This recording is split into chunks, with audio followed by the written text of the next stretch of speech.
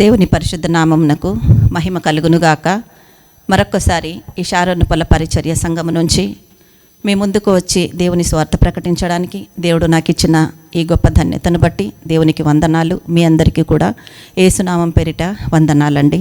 ఈ దిన మన వాక్య ధ్యానాంశము దేవుడిస్తున్న వాక్యము 2వ తిమోతి పత్రిక 1వ అధ్యాయము 7వ వచనము నుంచి దేవుడు మనతో మాట్లాడుతున్నాడండి. దేవుడు మనకు శక్తియు ప్రేమయు ఇంద్రియ నిగ్రహము గల ఆత్మనే ఇచ్చెను, కానీ పిరికితనము గల ఆత్మ నీయలేదు.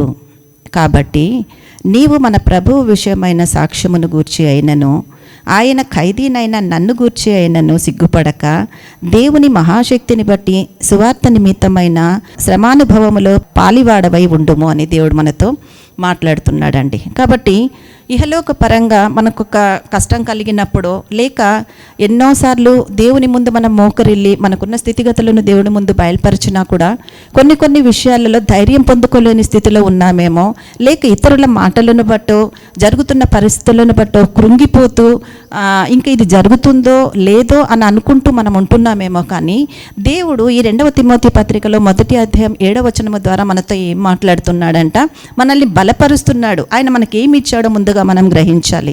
ఆయన భూమి మీదకి రాకముందే నిన్ను నన్ను ఆయన తలంపులలో స్థిరపరచుకున్న సర్వోన్నతుడు మన కొరకు మనల్ని పేరు పెట్టి పిలిచి ఇహలోకాన్ని పరంగా ఆయన దిగి వచ్చి శరీరధారి అయి మనల్ని దర్శించడానికి దిగి వచ్చి తన్ను తాను సంపూర్ణముగా సిలువలో మన కొరకు సమర్పించుకొని ఆయన పరిశుద్ధ రక్తము చేత కడిగి ఆయన సొత్తుగా మార్చుకున్న దేవుడు ఈరోజు నీ పరిస్థితులను చూస్తున్నాడు. ప్రియ దేవుని బిడ్డ, ధైర్యం తెచ్చుకో.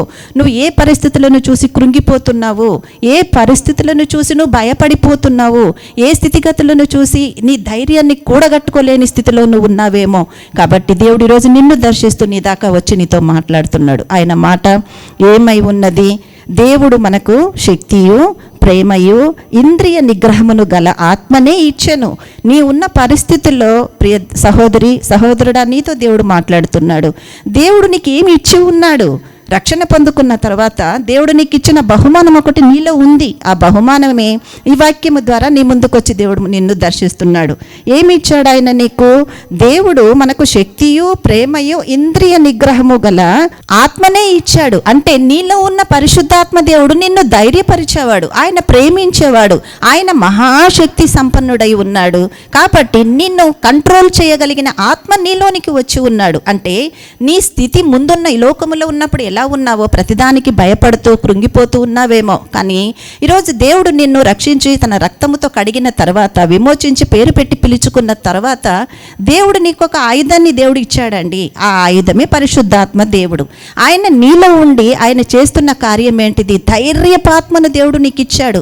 కానీ అదే విషయంలో ఇంకొక మాట అంటున్నాడు, నువ్వు కృంగిపోవడానికో, నువ్వు బలహీన పడడానికో, నువ్వు ఏడ్చుకుంటూ కూర్చోవడానికో, లేక నీ కష్టసుఖాలు ఇతరులకు పంచుకుంటూ దేవుడు చేసే కార్యాన్ని విస్మరించడానికో కాదు.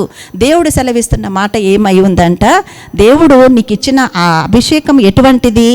మనకు శక్తినిచ్చేదై ఉంది, ప్రేమ ఇచ్చిన దేవుడై ఉన్నాడు. తర్వాత ఇంద్రియ నిగ్రహము కలిగిన ఆత్మనే దేవుడు మనకు అనుగ్రహించి ఉన్నాడు. కానీ పిరికితనము గల ఆత్మను మనకి ఇవ్వలేదు. సో మనం ఉన్న పరిస్థితులలో మనం జ్ఞాపకం చేసుకోవడానికి దేవుడు నన్ను కృంగిపోవడానికి పిలువలేదు. నేను బలహీన పడి ఏడ్చుకుంటూ కూర్చోవడానికి నన్ను పిలువలేదు. నేను ఏ విషయంలోనూ విజయాన్ని చూడలేకపోతున్నాను అని నువ్వు బాధపడడానికి వీలు లేని విధముగా దేవుడు నీకు అనుగ్రహించినటువంటి ఒక గొప్ప వరం ఏంటిదనంటే పరిశుద్ధాత్మ దేవుని నీకు ఇచ్చేస్తున్నాడు ఆయన. ఆ పరిశుద్ధాత్మ దేవుడికి ఉన్నటువంటి శక్తి సామర్థ్యం ఏంటిదనంటే శక్తి, ప్రేమ, ఇంద్రియ నిగ్రహము గల ఆత్మను దేవుడు నీకు ఇచ్చి ఉన్నాడు. కాబట్టి పిరికితనము కలిగిన ఆత్మను నీకు ఇవ్వలేదు. సో లేని ఆ పిరికితనాన్ని, భయాన్ని నువ్వు పారద్రోలి, నువ్వు దాన్ని బయటికి వెళ్ళగొట్టి దేవుని బిడ్డ ధైర్యము తెచ్చుకో. ఈరోజు నీలో ఉన్నవాడు లోకమును జయించిన వాడు, ఈ లోకములో ఉన్నవానికంటే నీలో ఉన్నవాడు గొప్పవాడు అని చెప్పిన పరిశుద్ధాత్మ దేవుడు ఈరోజు నిన్ను దర్శిస్తూ మాట్లాడుతున్నాడు. కాబట్టి భయపడకండి. ఆయన సమస్తమును చేయగలిగిన దేవుడు. ఆయనకు అసాధ్యమైనది ఏదీ లేదు. దయచేసి అందరూ ధైర్యం తెచ్చుకొని ఆయన పరిశుద్ధ నామాన్ని ఘనపరుద్దాం. ఇటు వాక్యము ద్వారా దేవుడు మిమ్మల్ని దర్శించి ఉన్నాడని ఆయనను కృతజ్ఞతా స్తోత్రములతో ఘనపరుద్దాం. దేవుడి వాక్యమును మీ దాకా చేర్చినందుకు ఆయనకు మహిమ కలుగును గాక. ఆమేన్, ఆమేన్, ఆమేన్.